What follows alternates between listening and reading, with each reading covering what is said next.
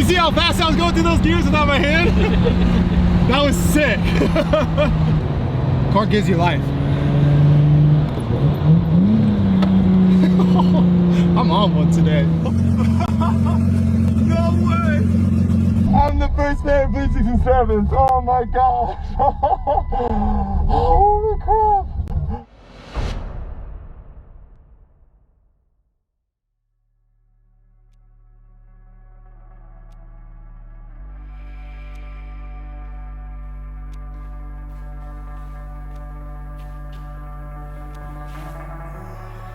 7 years ago, I was told that I would never walk again. I would never drive again. I would never be able to have kids. I would never be able to do the things that I love most in life. That I would never be quote unquote normal. I refuse to let my accident define who I am and define what my future looked like. My name is Tanner, and this is my story of how cars helped save my life.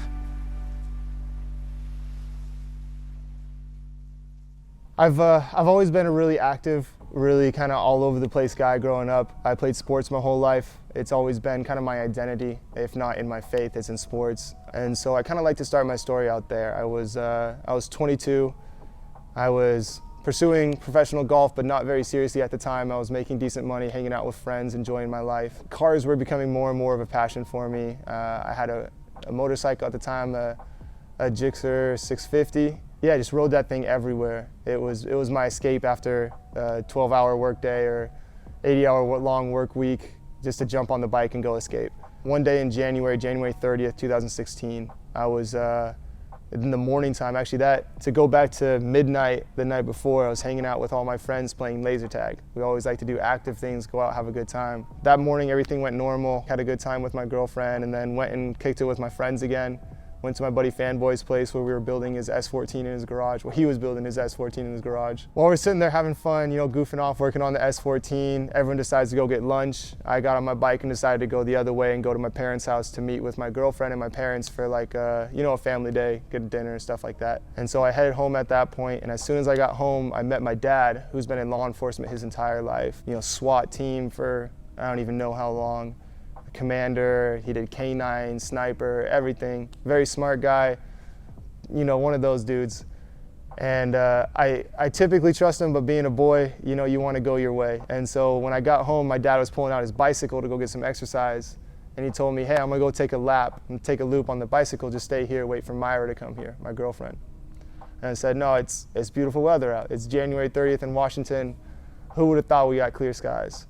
So I backed out, took the bike back out and said, I'm gonna do one more loop while you do one more loop. We'll meet back here at the house right as Myra's getting here. We both leave at pretty much the same time. And we both actually went the same direction down to downtown Puyallup. I mean, I grew up going through those roads and everything, and there's a lot of curves and weaves that you can just lean and enjoy, have a good time, not have to smash or go fast. I did that, had a good time, and then it started raining a little bit, so I turned around immediately and started coming back home. I have a video that y'all will see. It's my buddy got from my Snapchat about 30 seconds before the accident, where I was sitting on the middle of this steel bridge next to a road that I used to deliver pizzas on all the time growing up and stuff. Just took a quick video, put it back in my pocket, and then as we go through the intersection, this guy in front of me is still not driving super great, and so I went around him as soon as it turned to a legal passing, right? And that was actually confirmed from witnesses. So I went to a legal passing, went around him, and then that guy that I passed said that as soon as I got around him, I slowed down and I sat up, and that's what I remember. I remember slowing down, sitting up, and then holding with one hand and putting my left on my side, just kind of comfortably riding. As I'm being careful and riding, I look left, and this is the last thing I remember before the accident, actually. I remember looking left at a house that I used to deliver pizzas to when I was like 18 years old. I used to pull up there on my convertible 325 or 328 CI or whatever it was. So as I'm looking at that house reminiscing, I look back forward and it's black. When the accident happened, my dad was one street across and he saw the firefighters, the ambulances, everything. I think there was one firefighter, maybe not an ambulance there yet. And being a cop, out of his mentality, he goes straight over to it on his bicycle. And as he pulls up, he sees me on the ground, runs up. And when I woke up at the scene, before I passed back out, it was in my dad's arms. And so he asked me how I felt. If I recall correctly, I think I said to him, you know, I can't feel my legs or something like that, and everything, my back hurts or everything hurts, and I tried to move and he wouldn't let me, and then I went back out. Meanwhile, my girlfriend, my now wife, she was driving from her house to my parents' house to meet me, and she hadn't heard from me from a little bit, was, you know, a little bit concerned what was going on. And she had always, if you have a female in your life, you know, especially when they're younger, you know, you tell them to go one way, they're gonna go the way that they're comfortable with because they don't want to get lost. And so for 2 years, she had gone a specific way to go to my parents' house that's a little bit longer than the way that I told her to go for 2 years, the way that I go to my parents' house. And you know, this day she's sitting at a stoplight where she could go straight the way that she's gone for 2 years, or take a right the way that I've been telling her to go. And that day, for some reason, she chose to take a right. And because she took that right, she ended up on that same bridge and that same road where my accident happened. So as she's coming up, she's looking at my location on the phone, seeing that I'm stuck there in the traffic, and her first thought is just, you know, why isn't he texting back if he's stuck in the traffic? You know, she kind of gets this bad feeling, gets out the car and starts walking up, and there's just tons of people. There's traffic backed up for miles in every direction. We're next to a farm, so they can't bring a helicopter or anything, and there's ambulances everywhere, people blocked off, whispering, talking about it. And as she's going up, she hears a few things about a red motorcycle, and she asked someone on her way up, and before they even responded back to her, she said she knew it was me. If I remember correctly, she started to sprint, and as she gets through the crowd, my dad grabbed her. During that time, I should mention my man who saved my life. And I've got a picture that I think I shared with you guys. I think his name's Joe, if I remember correctly. Joe was an off-duty paramedic. He had saved someone else's life in the past from a motorcycle accident, I found out later. This guy was on a test drive with his wife and a Subaru salesperson in the car with him. And you know, as soon as he sees it, they pull over, they call 911, and they're the first person to get in touch with 911 about my accident. I'm laying there, there's blood that's thick running out of my leg, so he knew I had less than minutes to live. Didn't have a belt that he could use. His wife didn't have a belt that she could use, but the salesperson that was with him had a belt that they could use. So grabs the belt from the salesperson, put a tourniquet around my leg and tightened it as much as they could until the hospital got there, or the ambulance got there. No doubt, saved my life 100%. I would never be here today if it weren't for that guy, and many others. But they kind of told the rest of my family from that point. My dad and my girlfriend told my sisters and my mom what happened. My girlfriend reached out to some of my friends. I have a very, very tight-knit group of friends. We're brothers, we're family. And so when they found out, they went straight to the hospital. That night, I went through 14.7 units of blood transfused into my body over like a 12-hour surgery or something, which is, it's like 3 full male bodies worth of blood. When I went into that surgery, they basically told my family, he's not coming out. Like, we'll try, but he's not coming out. Plus knowing that I was probably brain dead. You know, I hit head first on the side of the truck at 40 miles an hour. I had a brain bleed on the side of my head and a traumatic brain injury. How my neck wasn't broken and immediately killed me, I don't know. They're doing this surgery, and then next thing you know, I'm out and I'm okay. 14.7 units of blood in my body in 12 hours. Yeah, don't know how I survived that one to this day.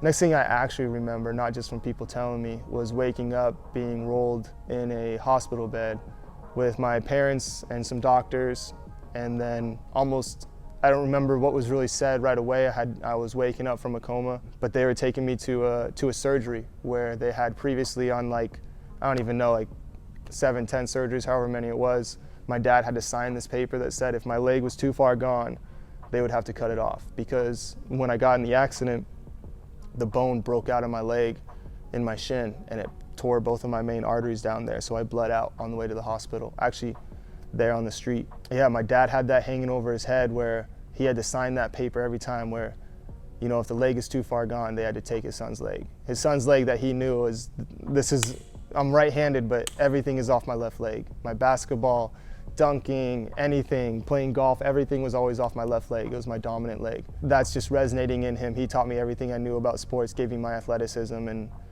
thankfully, but a blessing and a curse, I woke up right then, and they asked me right there, you know, do you want to cut the leg off or do you want to wait? And yeah, that one was hard because I didn't know what was going on.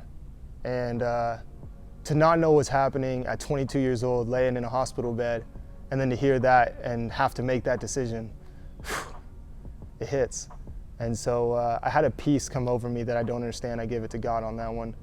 But as he's explaining to me that, you know, if the infection goes too far up and they don't take the leg and they wait, then they could end up taking the leg way higher up, and I lose way more of my leg, which makes it harder to transfer from a bed to a wheelchair in the future, because they didn't ever expect me to walk or anything. And so I don't know, I felt a peace over me, and I made the decision that let's go ahead and let's take it at the knee, and let's save it where it's at and save as much leg as we can if it's really that bad.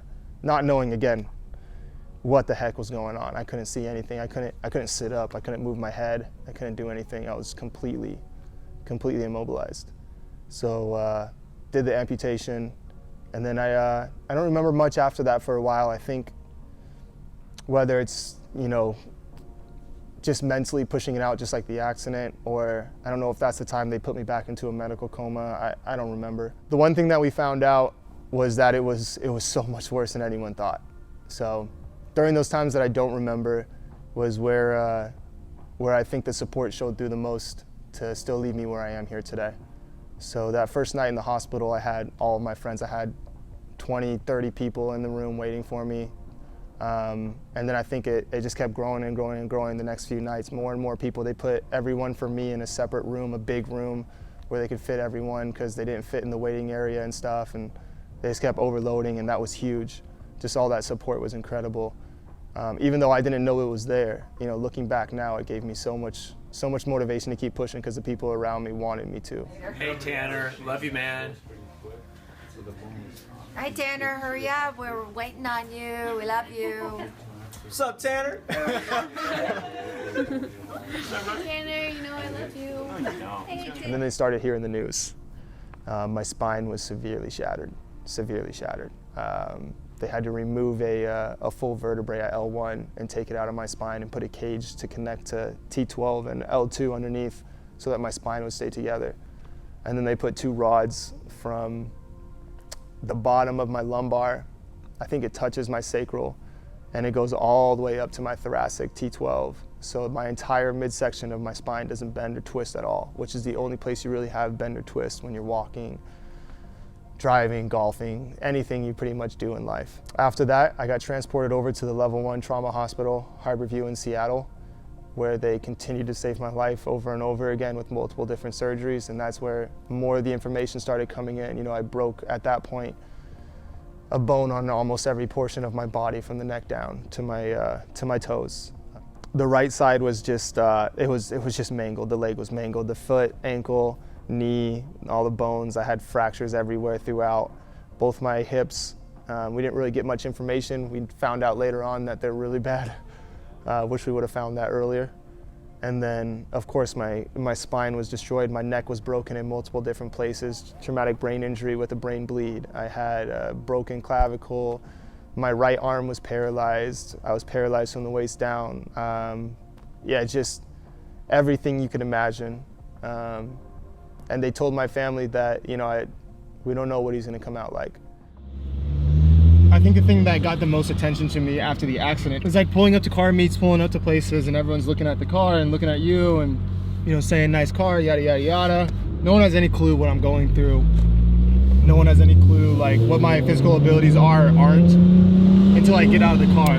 And then instead of people just being, you know, whatever, surprise, sympathy, sympathetic, whatever it may be, that I typically is, you know, when you're getting out of a car like this, it's always like wonder or like holy cow or like motivation or inspiration. Like, you're driving that car? Like, yeah I am. And then you pull the wheelchair out the back and like it's even more. I think that was the biggest aspect for me with the cars, is like I met so many other people in wheelchairs that like didn't have the confidence to go drive and like do things and stuff, and they didn't have the confidence to put themselves out there like that necessarily like I did. And so being able to show people that like this is what builds your confidence. You show up to somewhere, no one knows what your situation, no one knows what your problem is. You start having a good time, you get out the car, and now you have a friend. They don't care if you're handicapped. They'll help you get your chair, whatever the case may be, versus the stipulation of like going somewhere not in a car like this and meeting someone that you don't know, and most of the time you're getting sympathy or, you know, a different perspective from the person that you're talking to that doesn't necessarily want to have a good conversation with you as much as they want to congratulate you on who you are and what you make it through every day and all these other things that you don't necessarily want to hear when you're going out to have a good time. So the car gives you life. I'm on one today. Holy crap. I've done every single downshift perfect so far. That's what's up. That does not normally happen. So I normally mess up like one or two, or get a little lurch, you know. Give them a show.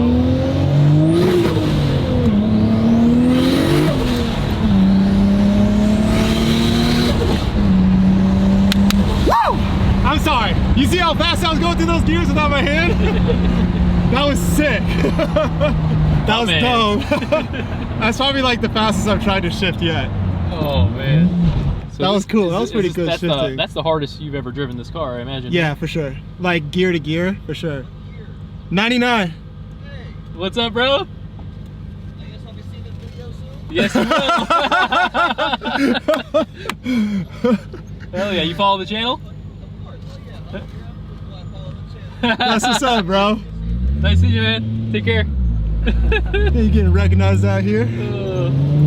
Now that my leg is starting to recognize the muscles that I'm using to push down with my left leg, I'm able to find that clutch easier and push in harder to be able to shift and like let out and stuff like that, because now basically muscle memory kind of is working. That's the hard part with paralysis. I have to find the muscles that I use every time I use them. So including walking in the morning and stuff. Like when I walk in the morning, it's like restarting how to learn how to walk every day. When I did come back and I came out of the coma, some of the first pictures and videos, no matter how bad the pain was, I'm smiling. I'm just happy to be there. I'm looking at people around me that I hadn't seen in a while, that I didn't know I hadn't seen in a while, didn't know what was going on. I'm just enjoying the time that I had because I'm still alive and I'm still here, and I knew it was close. You know, after the amputation, to be honest, it was just how do we heal? You know, we know what's broken. How do we heal you? And everyone, from nurses to doctors, physical therapists, everyone in my life told me, you know, you're not going to walk. It's impossible. They left the leg as long as possible on my left side specifically because I wasn't going to walk. And I needed more leverage from that leg to be able to someday, hopefully, transfer from a bed to a wheelchair by myself. That was their goal for me, right? Is let's hope, fingers crossed, someday you'll be able to do it by yourself. That did not seem like something that I was gonna do for the rest of my life. So pretty quickly I started realizing that I needed to do more than what they were telling me to do. I spent those first 5-6 months just healing. I couldn't move. I was in a full turtle shell, back brace, neck brace. I had metal rods on both legs, top and bottom, drilled with bolts into my bones so that my legs would stay straight and they wouldn't move or anything like that. So I mean, imagine 22 years old, you've been active your whole life, ADHD, hyperactivity, can't sit still, and you're forced to lay in a bed looking at a ceiling with pictures drawn by kids with crayons and paint and stuff for 6 months. The bed could lift me up to 30 degrees and that's all the relief I got. And then it was right back down. No one could give me a hug. No one could really touch me or do much except for stroke my hair. I hated it, but I love it now. Night, honey. Using me. Good night, buddy. Things didn't get better, they just got worse with the pain. I was stopping breathing from pain multiple times throughout the day. It got so bad, my brain just overloaded and shut my body down.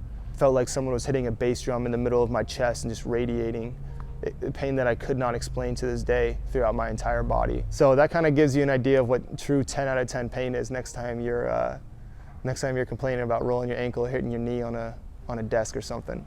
After I got through that, you know, which took a while, I got into a place of having back spasms. And so it was just one thing after the other. I'm not doing anything, I'm not moving, I can't, but yet still I have one thing after another that's causing more issues, more pain, more problems with my mental attitude to be able to stay positive and keep pushing through.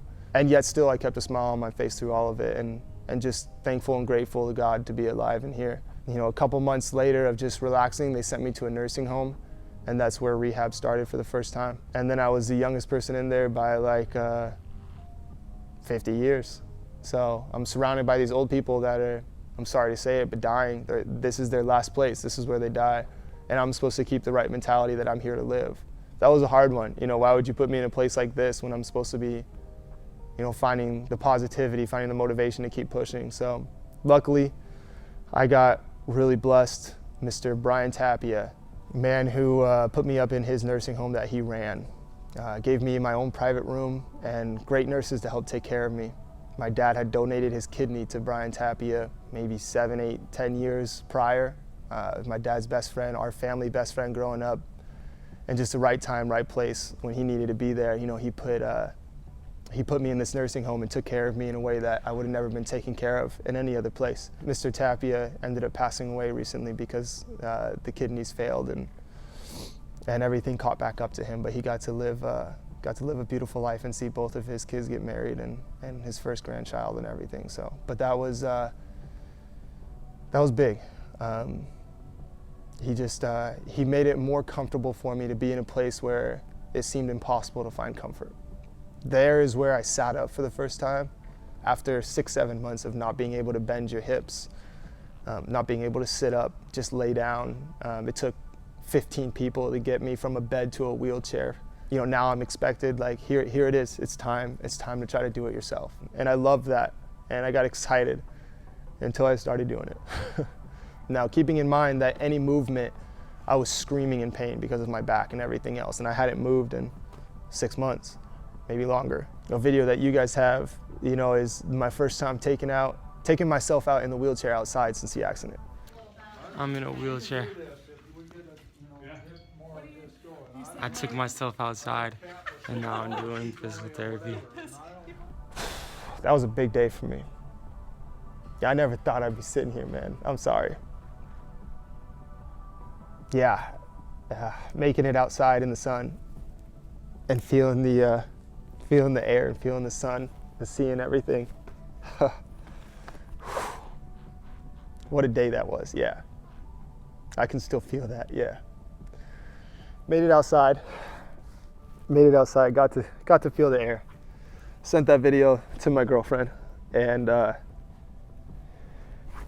kind of started feeling back to life. From there, you know, I just kept getting stronger slowly at that. When I could handle the pain, you know, I learned to mentally push through at that point of, you know, when the pain gets that bad and you feel like you're gonna pass out, there's different ways that you can get past it. If you've been to that point in your life, then you know that your mind is everything.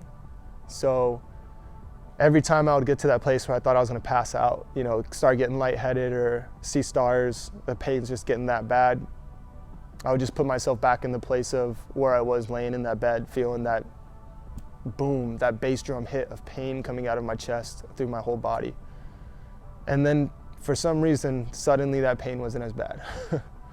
And it pushed me to keep doing it, keep pushing through that pain, knowing that it could be way, way worse. And at least I'm sitting up and I'm doing something. From there, it went to standing up. First time standing up without a prosthetic. I still had full knee brace, my knee was just so bad. Ankle was terrible, leg was bad. And so I had this walker, they set me up on the side of the bed, pulled me up with 2 people on the side of me, holding me up so I wouldn't fall. And I just kind of sat there on the walker, and that was my first time standing. That's where everything inside of me decided that I was gonna do so much more than they told me I was gonna do. There is no way that you're gonna tell me I'm never gonna walk again, but I'm standing on one leg paralyzed right now. Even with help, it doesn't matter. If I can do this right here, then I can do more. At this point now, I'm kind of standing and trying to push with one leg with help, with a walker, try to make my body work. And so along that time, I got in touch with this guy named Greg Davidson Prosthetics in Puyallup, Washington. They're still telling me you're not gonna walk, this and that, yada, yada, yada, but I know my sister's wedding's coming up, my younger sister. It's one of my best friends. And I wanted to walk at her wedding. And that finally gave me something that I needed to set a goal for myself. You know, I never had any goals before that except for survive. And so when this came along and it was like, well, I could walk for my sister's wedding. Like, I truly could walk for my sister's wedding. Like, I need to get there. Then it was really pushing. So I go to Greg Davidson's place and seeing all the legs everywhere, the feet, the people with double amputations or single amputations, or the one walking right next to you with a prosthetic that you wouldn't even know has a prosthetic. It just blew my mind right away. I was like, what is this? This exists? And so we have a conversation with Greg, kind of tell him what's going on. And that day I leave with a $60,000 prosthetic leg, didn't sign anything, didn't do anything. He just gave it to me. Said, go learn, try, do what you can. Thank you, Greg Davidson, for that. I ended up finding that inside myself at the hospital. So they wouldn't let me do anything unassisted. They wouldn't let me try to stand up on the leg. They wouldn't let me try to walk on the leg, use canes, crutches, anything like that. They put you in this big harness that goes around and lifts you up off the ground. And then you got a walker as well, 2 people around you and the legs, and then you can kind of walk and do the motions. That's the only thing they would let you do. There's no impact. How are you gonna build muscle? I got frustrated, so I want to teach myself. I want to push myself to the limits that I know I have. So I started, 1, 2 in the morning, whenever I could, when the nurses weren't coming in for their rounds to give me, more pain medication or check in on me. I would go to the bathroom, and I would stand up with the handicap rails, and I would just stand there and try to flex and hold my legs underneath me and hold my weight, and I couldn't. I definitely couldn't. But eventually I could. And so I started taking videos. I had a couple falls, and they started coming in more often to try to catch me because they didn't want me doing that stuff, threatened to kick me out and stuff. And I didn't care. So I kept trying. And then I got this video where I told myself before I took it, I was like, I had taken like 7, right? It's like, I don't know how late it is in the day. I'd taken like 7 in a row of like letting my hands off the bar and like trying to balance and then grabbing back on. And I couldn't, for 7, like 6 or 7 or something like that in a row, I just couldn't do it. And then this one, I was like, this is it. You got this, like this is it. Put it on, let go, balancing. 60 seconds later, I'm still balancing, or 30 seconds later, I don't think it was 60. 30 seconds later, whatever it was, I'm still balancing. And then boom, fall. But I stood up. And that was what I needed. It was like, holy cow, like they're wrong.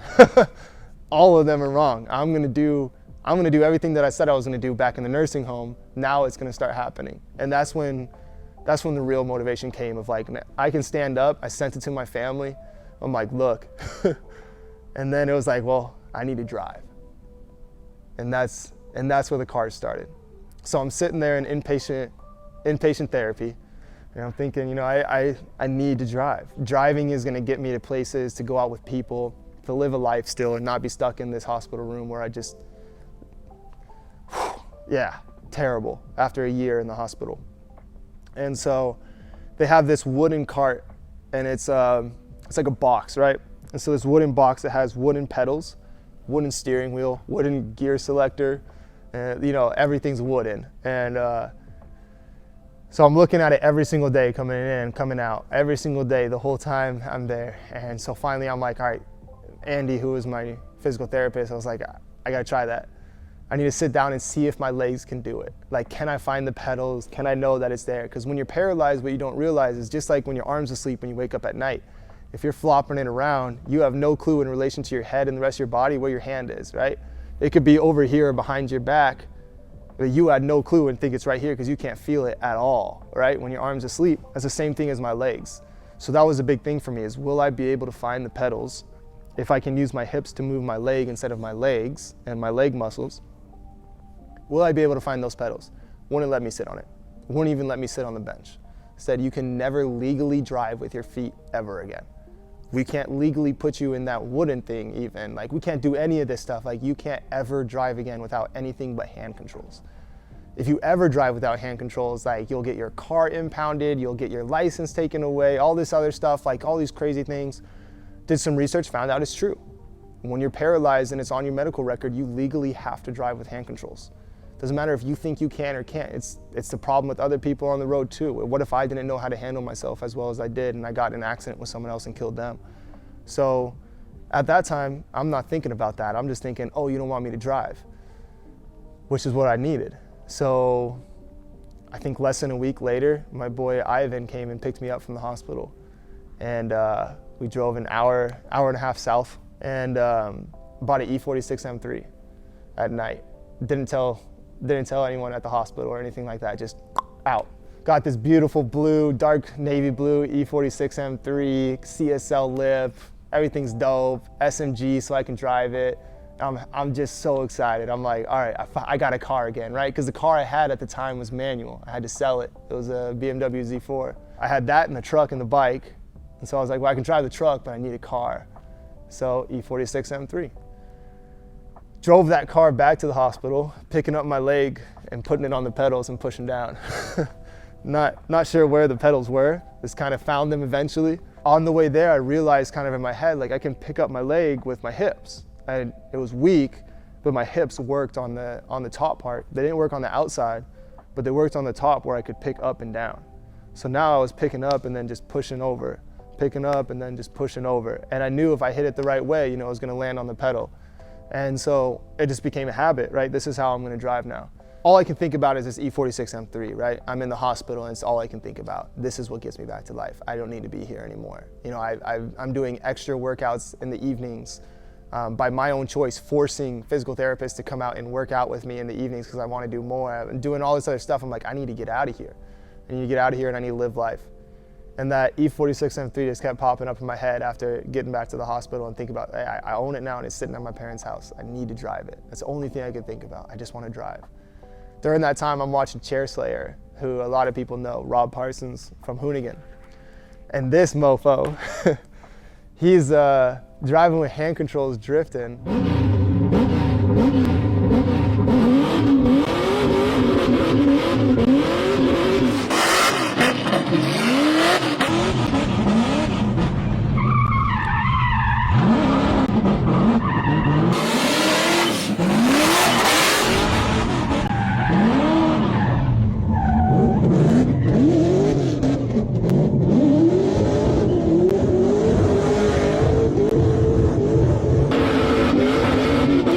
I'm sitting there in my hospital bed just like, what? Like, so you can still do stuff like this no matter how bad your situation is, because Chair Slayer is completely paralyzed, right? He doesn't have some of the things that I got blessed with where I can actually use my legs and I'm incomplete now. And so I'm like, all right, back then I was complete too. So I'm like, okay, I can do it too. I'll do hand controls for drifting, you know, that's what I'm thinking to myself, is at least that would be worth it. So now that's what I'm thinking of, right? I'm thinking of Chair Slayer, thinking of my car, I'm thinking of what I can do next, thinking of my boys going out and kicking it that I'm seeing on Snapchat every day that I don't get to go out and be involved with. And I'm just like, I want to get back to life. So I started getting in arguments with the physical therapist that wouldn't let me do the things that I wanted to do. Those arguments led to my whole family coming up to the hospital and getting confronted because I was causing issues. And yeah, that day when my whole family came up, I think it was that day that I just convinced them. I was like, listen, I'm out. I'm not gonna stay here anymore. You're not doing the things that I need to do for myself, and you're not letting me push myself to the level that I need to go to. And so we left and we got out of there. Went to my parents' house and stayed there and got linked up through Greg Davidson, my prosthetics, with an amazing woman named Noelle, who would let me push and walk with canes and crutches and stuff like that. Would let me do the things that I wanted to do, to an extent. Still yell at me every single day and say that I'm doing too much and to stop, but she still let me do things, right? And so that was my next level. Like, now I've got the E46, I'm driving, I'm going and kicking it with friends again. Now I feel a little bit more normal, because in a car, I noticed very quickly when you pull up to a car meet, you know, a Krispy Kreme or something at 12 o'clock at night, all they're looking at is the M3. They don't care what your legs look like, they can't see them. So you roll down the window and you're talking BS and having a good time, and then you hop out the car and go get your buddy gets your wheelchair out of the trunk, and they're like, what? You drive an E46? Like, yeah. And that's really when it started turning. I was like, wow, like, this is cool. Like, people don't even know, and they think I'm just this regular person.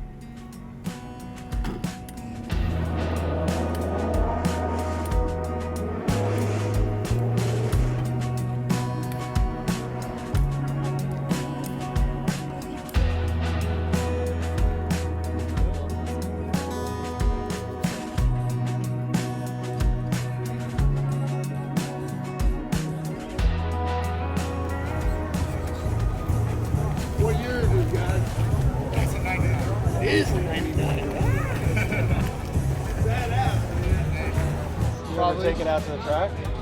Not this one. I had a 1700 wheel horsepower R35 before this. Oh, what? So, yeah, 1700 wheel horsepower R35. See? Yeah. So I used to. So you don't know if you can listen. If he whatever when he said 400, I'm like, so double it.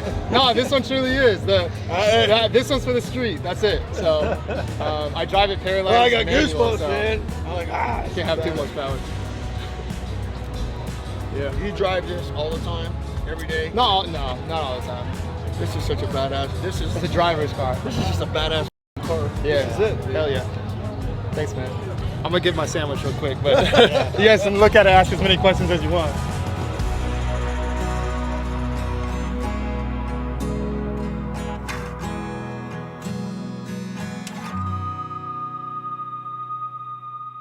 And so, you know, that goes on, having a good time, enjoying doing that. I ended up driving manual S2000, obviously manual, but S2000. My boy pulls up on his S2K the first day I ever drove with my big pickup truck.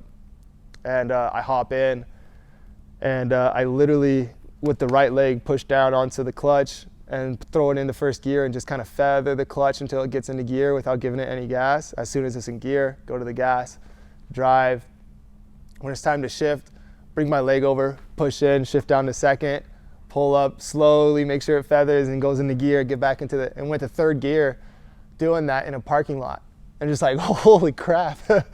Like, I guess it's still up here, you know? It doesn't matter if you're paralyzed, it's still there. And so it just, these things just kept coming, you know what I mean? It kept showing me like, there's something more. Like, I'm here for a reason, there's something more.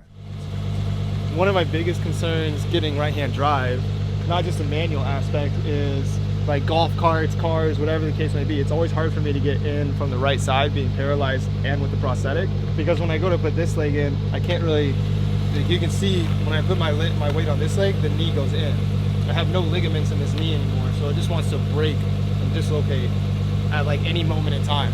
So when I have to like squeeze in, I mean, you'll see it's not super fun, but I got a process. Let the knee break down. Oh. It doesn't feel great on the back. All right, so for now, we got Velcro on the bottom of the foot, and then took the pad off and put Velcro on the actual pedal, so that way the foot stays on the pedal when I'm driving. Just like this foot, I don't know where this foot is in relation to me to find the pedal, so if it like falls off the pedal, I mean, it happens sometimes. I gotta use my light and stuff to find where the pedal is to make sure the foot's on there. So this is just kind of like a safety until we figure out what to do with the pedal to make it easier to be able to actually drive with the prosthetic.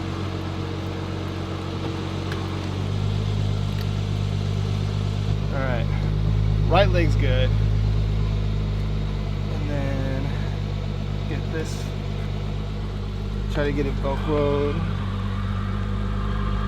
So it's really hard to get that engagement point. Like, I can push down by myself pretty much to like here, but that doesn't engage. So to get to the engagement, I have to use my hand to press up and get the foot up, because I don't have like a calf on either foot to use. So that way I get to the engagement point, and then I can throw it in gear, and then we're off. So for now I have to leave the leg to the side, which is why I can't really push down, and I have to use my hand. And then hopefully we'll be able to move that over and have the leg straight so I can eventually do it myself. Now once I have it like engaged, I can hold it with my leg. It's kind of like awkward. You can see I don't really have any muscle in my lower back, so I have to like contort my whole body to be able to push in. And then just to make sure, I gotta hold on and kind of watch it.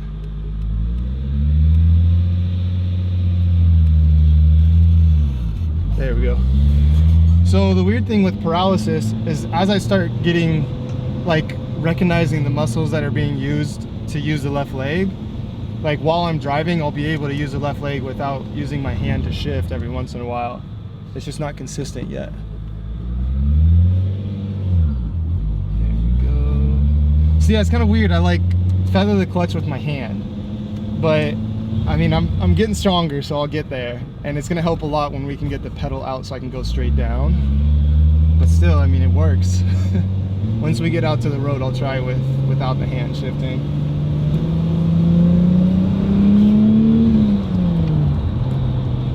So that's typically a shift for me right there.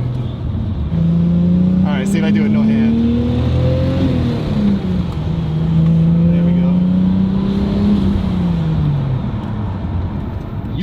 mastered this.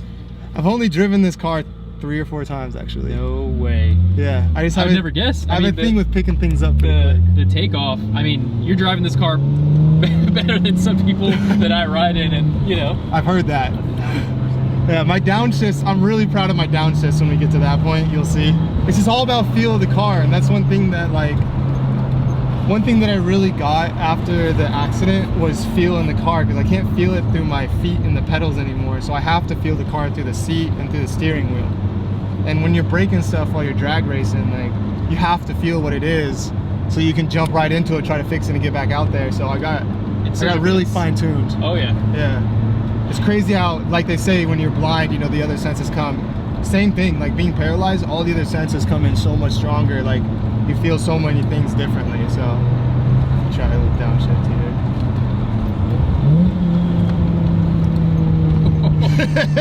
Dude, you're a badass. What up? Thanks, bro. Oh man. Ride into gear. I think I mentioned that earlier too. Right that beautiful part when you throw it into gear on a downshift and it just, ooh. That's what happens when I don't use my hand.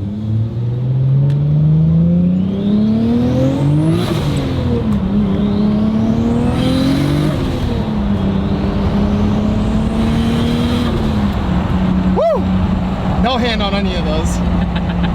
So it's also kind of tricky because when you push the clutch in, oh, I'm getting a cramp.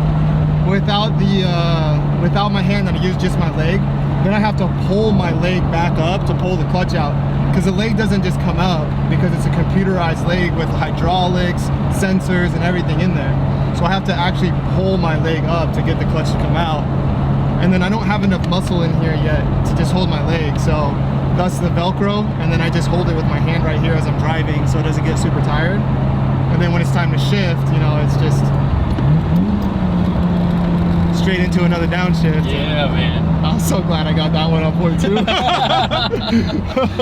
Dude, and the R34 sounds beautiful, man. Oh, best sounding car I've ever owned by far. It sounds so good. Yeah. I've never had a car that, like, I'm an obnoxious driver. I love the speed. I love speed. I've never had a car that I don't have to, like, go full throttle or speed or do anything like that to have fun. Like, I still have yet to go full throttle in this car, I think, because it's just, you just cruise it and you listen to the sounds and you feel the car, you enjoy the smell of Japan. Because there's that smell of Japan in here. So. Oh, this thing has the beautiful 90s Nissan smell. Yeah, that moldy sitting out in the rain. I wasn't sure how I was gonna do it at first when I got in, and that's when the hand came. And it just, I got the car, I hadn't drove it, and I drove it an hour home from getting the car. My first time driving manual, truly, since the accident on the road. And literally within the first 10 minutes, I was like, all right, I gotta use my hand and figure it out. And I gotta say, for me, an R34 is a dream car, right? Yeah, absolutely. What was it like for you going from obviously the R35, but now to the legendary R34? I mean, is that something you've always kind of wanted, or did you just fall into it, or how did you always get the car? I mean, R34 is the OG of all, like, cars that you love growing up. If you watch Fast and Furious, Paul Walker, all that stuff, like, I grew up hiding from my dad watching Fast and Furious because he didn't want me watching that stuff as a cop. Same as I grew up hiding from my dad to, like, build my cars as secret at night and do the things that I wanted to do to my cars and modify them and stuff. So I grew up watching, you know, Paul Walker in the R34 in my closet hiding at night, you know, on my old laptop to try to, like, find it online and watch that and just get freaked out and, like, so excited about that R34. Going from the R35 to R34, I was a little bit worried at first because I was like, you're going from a R35 with 1700 wheel horsepower, all the amenities you can imagine, full street car, also full race car, but has, you know, the GPS, the Bluetooth, all these things that are just like kind of the comfort creatures, right? And DCT, easy to drive. So in my head, I was a little bit nervous that I wouldn't be happy with my decision.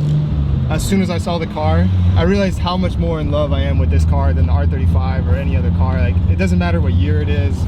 If you're a true driver, if you truly enjoy vehicles and cars for what they feel like and drive, I mean, this thing is, I don't think you can really get much better than this. I have to agree with you, man. Yeah, this is the ultimate one that I never thought I would have, so it's it still doesn't feel real, you know?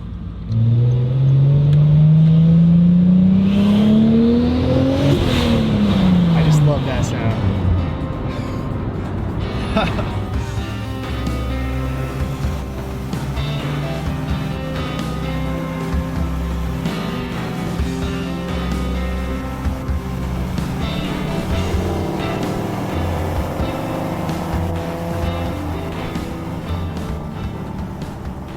know, I'm buying and selling cars with my buddies, getting back to life, getting back to work, getting back to business, trying to like live a normal life of some sort and figure out what I'm gonna do next. And that's when the GTR came into the picture.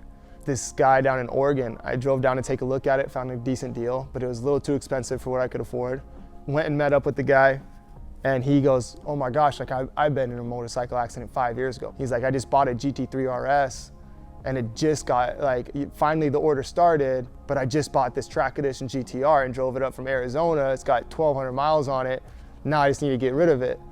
Gave me an insane deal on the car, and left home with it that day. And so that's when things really changed. That GTR, at that point is when it changed my life.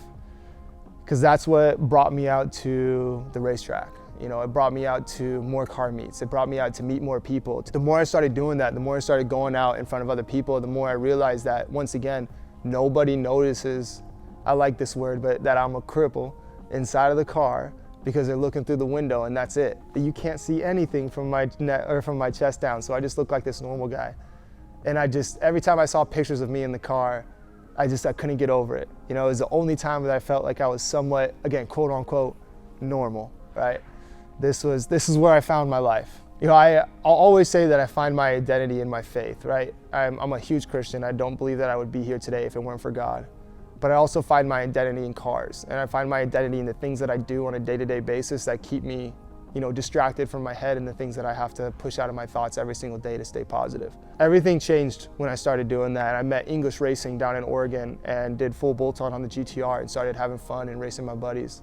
And then I'm picking up my leg and I'm actually driving by myself, right? I don't need my leg or my hand to push down anymore. Now I'm actually driving. And things just start progressing. Went to the racetrack, did my first pass of the track, ran like a 10-something.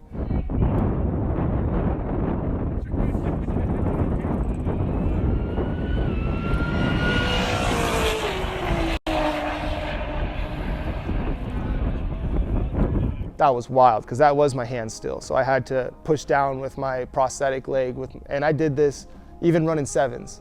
I had to push down with my hand on my prosthetic onto the brake so that the brake was engaged hard enough. And then I could kind of lift my leg and put it on the gas pedal and find it, make sure I'm pushed all the way down and I'm floored, and then I can kind of grab the steering wheel and pull my leg up to launch the car. Which, when you do all of that, what you don't think about is the G-force. Whether it's a fast car or a slow car, GTR is not slow. So when you're leaned forward doing all this stuff, and then you pick up your leg and you don't have any back muscle, you go flying back in the seat and it hurts like crazy. So now I'm like, all right, I got something else to get past. So didn't know if I could do that. Started getting stronger. Well, now I can lean back and pick up my leg and push it on and all these other things, and it starts getting better. So I'm running in the 9s now at like 120 miles an hour or something, and just ecstatic, having a great time. You want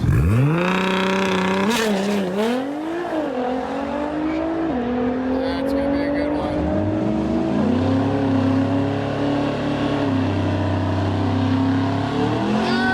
Oh, nice! 950s. You did it. Now it's time to find some records. Well, what's the record I can get? I have a stock motor GTR. What's the fastest stock motor? No one's ever gone 8s on a stock motor. So like, F it, let's go, let's try. So things start going, things start progressing. We're kind of working together. I have this new goal, because I'm goal oriented, right? So now the new goal is, how fast can I go? And so that's where cars start coming into the recovery picture, because, well, now I have to change my wheels. Now I have to walk around and do this and do that. So I'm making myself use my body more and do the things that I don't want to do because it hurts, to get stronger and be able to work with these cars. As soon as that started happening, you know, I just fell in love. It was, once again, quote unquote normal. Going to the racetrack and everyone thinks you're just normal until they see you get out and get into the wheelchair from the GTR. Next thing you know, I'm running 9.0s on a stock block, and I got the world record.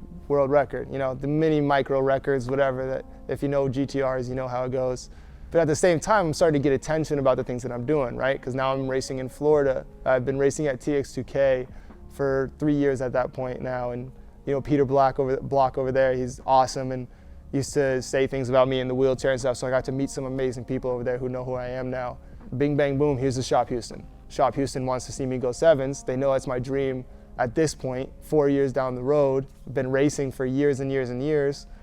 you know, now I want to be the fastest paraplegic in the world. That's my goal. Like if I get chills saying it again, maybe not a big deal for a lot of people, but for me, that was like, I'm gonna be the fastest one in the world. Like I'm gonna be the only one in the world doing it with my own legs without hand controls, but I'll be the fastest one too. We start talking and like figuring it out, comes back, I can't afford it. I can't do it. I can't go to that much power, the original build sheet and everything. I just moved to Florida with my family, started a new business, and like there's no way, I can't do it. Talk a little bit more, well now the numbers work with a sponsorship, a lot of sponsorships. The GTR world is not cheap. And so all these people come together, like Boost Logic, the Shop Houston, Brad at PPC. There's so many people that came together to help me get that car to 1630, 1650 wheel horsepower. So we get the build done, right? Orange and blue, orange motor, I'm super happy.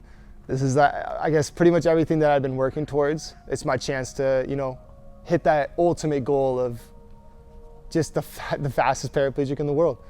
So I go to Texas, the place where I have the most memories racing probably over the years, because I would drive for 4 days with a truck and a trailer in my wheelchair and transport cars down to Texas and back to Washington. It was the only way I could go. I had to make money doing transport on the way down by picking up cars and dropping them off on the way down and up with a 2-car trailer.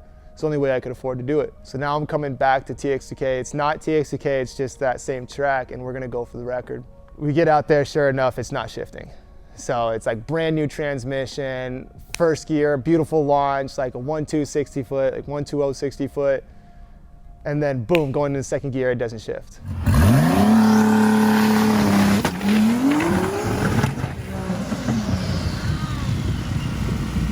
So we go out, we like fidget with it a little bit, you know, maybe something's loose on the connection going into the top of the transmission or something like that. Go out, do it again, boom, doesn't shift. Playing with it again, playing with it. Didn't really change much of anything. Go back out and try again, and it shifted with me doing auto shift or manual shifting. So it's how I used to do it all the time, is off the paddle shifter.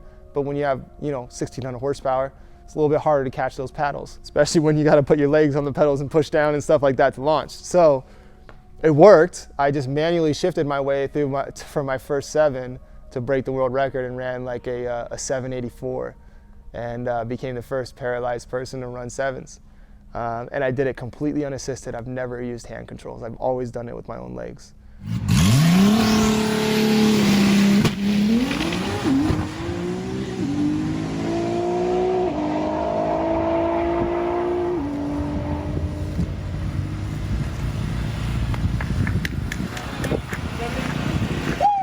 What is it?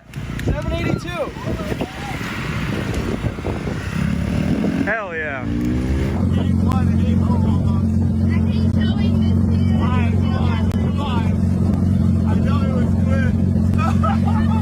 Oh my god! 782. No way! I'm the first paraplegic in 7s. Oh my gosh! Holy crap! Oh, I stayed in it this. Oh my gosh. There's that even number of kisses. I mean, it did it for one at least. If it does it for like 3 or 4, then we'll be happy. All right, to everyone who helped out, I just to everyone, like, yes. Dude. Thank you, bro. Where is Vaughn, my guy, for setting all this shit up? Woo! After getting that first 7, I just realized, like, I'm gonna do this back to back to back. This is like, I love this. And so I started going to events and competing at events. I got 2nd place at GTR World Cup by, oh my gosh, like less than an inch. You can see in the video from the overhead drone shot that it's just like less than an inch from getting first place for my first time winning an event, because it's so hard to win off the tree.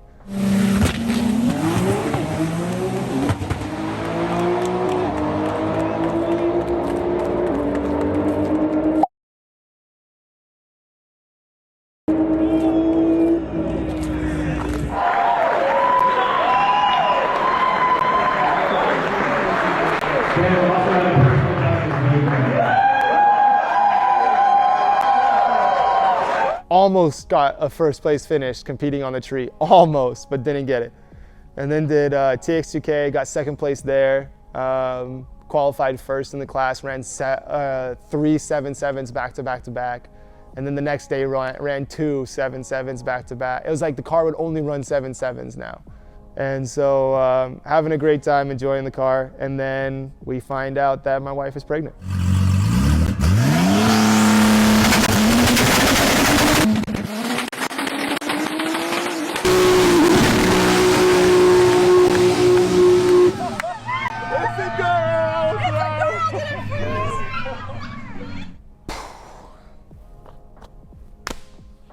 Still don't know what to say about that one. And so at TX2K, the year that my daughter came, I'm absolutely ecstatic that my daughter's here. She's not even a year old yet. Miracle child that should never have happened. Makes no sense that I could naturally have a child paralyzed from the waist down, but it happened. And so this is all I'm thinking about. Like I'm doing this for her now. I'm doing this for her now. Like this is everything I've ever wanted. I think it was my second pass. And going into third gear, when you get 50 pounds of boost from 38 pounds or whatever the case may be, and the back end kicks out. And I mean, you're probably sitting at coming into the 8th mile, 150 miles an hour, and my steering wheel is like this, and I'm looking at the wall again. And I don't lift. I drove through it, the back end comes around, I have to drive out of it again and come back out, and I just barely made it down the track. But I made it out of that, and as soon as I came back around and I pulled into the pits and my daughter was there, things hit different.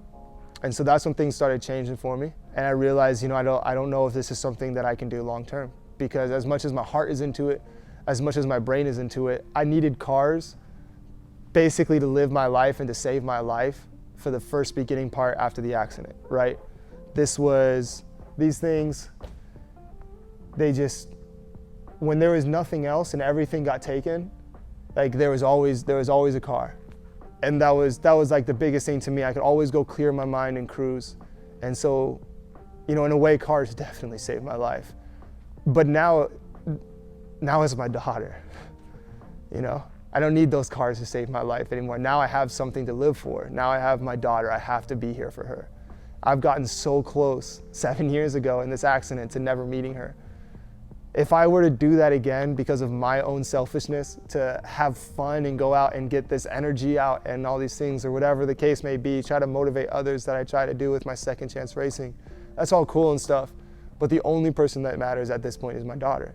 And that's the only thing that kept running through my head. So the rest of that weekend as I'm racing, you know, I did let out a couple times. And that was like the first time. If you know me, you know I don't let out, I don't give up, I don't quit. Doesn't matter what it is, doesn't matter how bad I hurt, I will keep going no matter what. To the fault, right? To the death of me someday probably. But it's just who I am. And so when this hit me, it was clear as day. You know, I'm done. This is it. And so after TX2K, I had some fun with the car a little bit more, did some roll racing events, did some ride-alongs and stuff, and then realized my next goal is how do I use my legs more while driving, and that's this guy. I've only owned manual cars before the accident. I don't enjoy driving automatic, it's just not fun. That's what I realized is like that's my next step, is drifting. Using this leg without the hand controls like Chair Slayer did. So much respect to him, but it's time for me to do it my way. And so drifting is safer, drifting is more technical, drifting is cheaper. But most importantly, drifting is safer. And so that's where I realized that, like, well, it's time to find something else that if something happens in a crash or something, I'm not leaving this world and leaving my daughter. I'm just rebuilding a car that I specifically built to do this. And so the GTR, you know, made its transition, which I'd never thought I would ever sell the R35, and I got rid of her and got a manual car again. And that has been about 3 months now. And 3 months of driving with my legs and not use, oh, I'm sorry. Whew. Oh. Yeah, 3 months of driving manual and like 4 months of walking, and wow, sorry.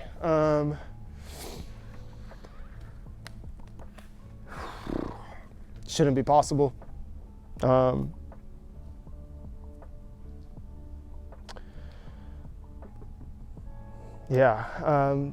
coming up on 7 years in a week and a half, and I am officially walking every single day. including unassisted, and driving manual, and have my beautiful baby girl. And hopefully we'll be getting into drifting soon when the budget allows, and pushing towards a real life and not just finding the excuses of the things that you can find your identity in that are false, I guess, if that makes sense, to give you the mental health that you need. Sometimes hurts you more than just recognizing that mental health is everything, and sometimes you just need someone to help you out with that. I don't know what percentage chance I had to walk. It was more of just like, you're not going to. The only time anyone ever said I would walk was, you know, I had Andy, my physical therapist, and Noel say that I would walk inside the house, you know, for short periods of time and stuff. But when you walk, you have to twist your lumbar spine. So when I walk, I crack my spine. Like if you look at my MRIs these days, I have a broken spine all the way up, because when I walk, when I golf, my spine is trying to twist around the metal, but it can't. So it just breaks up and causes spider fractures all the way up, which is why it hurts so bad to walk. I did stem cells down in Panama, which was the most excruciating and painful thing I've ever done outside of the accident.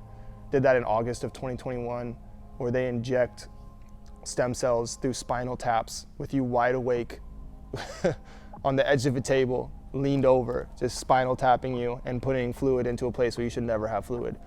And so like 103 to 105 degree fever and stuff like that, I didn't think it was gonna be worth it. And then 3 months later, I'm walking with a cane for the first time in 6.5 years.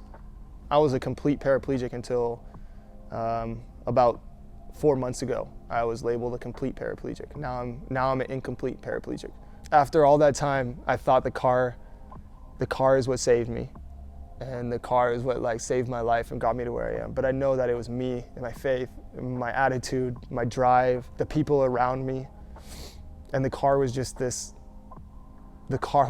beautiful thing that got me to get out there to help other people find that same motivation. To be able to do it for myself now and not focus on social media or anything anymore, and focus on my family and focus on just enjoying driving a car and feeling quote unquote normal again is the best thing that could ever happen to me. So it's a long story, and there's a lot of parts that are missing, but it all comes down to, you know, it's, if I can do all of this, like imagine what you could do if you put your mind to it. Are you really doing your best if you're making excuses and not going out and living your life because of one little thing here and there? Your girlfriend treated you wrong, boyfriend treated you wrong, car broke down, you just spent all this money and you can't use it now. I deal with that all the time. My body's broken down, I spend money on it every single month and I still can't use it properly. You find the positivity, not the misery in life. And if you keep pushing towards that positivity, then God only knows how far you can go. And I told myself that for a long time, and now I can say I believe that.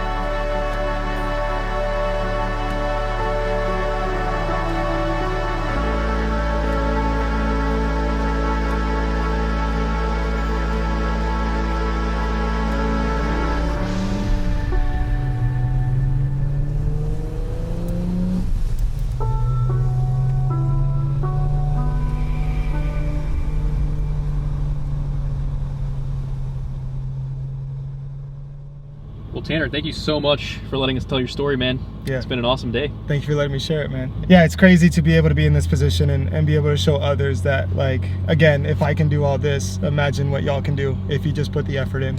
It's a blessing to be here and be able to share my story and hopefully be able to help inspire others out there, whether you're like me or not like me, just to find that positivity instead of finding the misery, and push forward in life on the positive things and really do the best you can be.